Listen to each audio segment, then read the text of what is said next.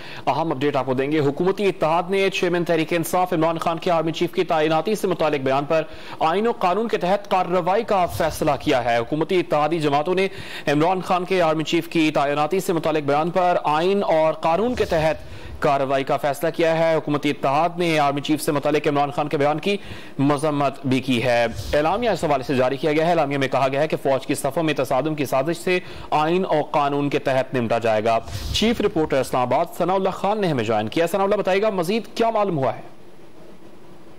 देखिए, इमरान खान के बयान पर जो इत्तेहादी हुकूमत है तमाम शामिल है। फेडरल गवर्नमेंट में पीपल्स पार्टी है, नून लीग है, JUI है और बाकी जमातें हैं।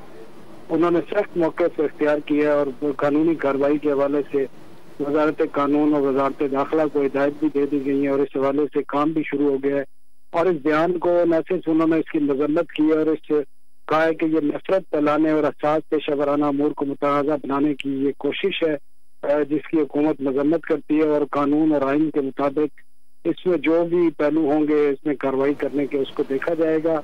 और ये भी साथ कहा गया है कि वफाकी और सूबाई हुकूमतें और इदारों के साथ मिलकर इस वक्त जो मुसल्लह फौज है वो सलाम मुतासरीन की मदद कर रही है और इसके साथ साथ जो सरहदों पर अपनी जिम्मेदारी है वो अदा कर रही है। और सियासत से उनका रोल इस तरह नहीं है जिस तरह के इमरान खान ने उनको इसमें मुलव्वस करने की कोशिश की है। और हमें जराए ने बताया कि इस हवाले से जो वजारत कानून है और वजारत दाखिला वो मिलकर इस हवाले से जो पाकिस्तानी कवानीन है और आइन कहता है उसके मुताबिक देखा जाएगा। और साथ ही अदालतों में जो ये मामला हैं जिस तरह इस्लामाबाद हाई कोर्ट के चीफ जस्टिस ने इस हवाले से बड़े रिमार्क्स दिए हैं वो भी सामने रखे जाएंगे और इस पर कार्रवाई की जाएगी। जी बहुत शुक्रिया सनाउल्लाह खान, इस बारे में मजीद अपडेट कर रहे थे।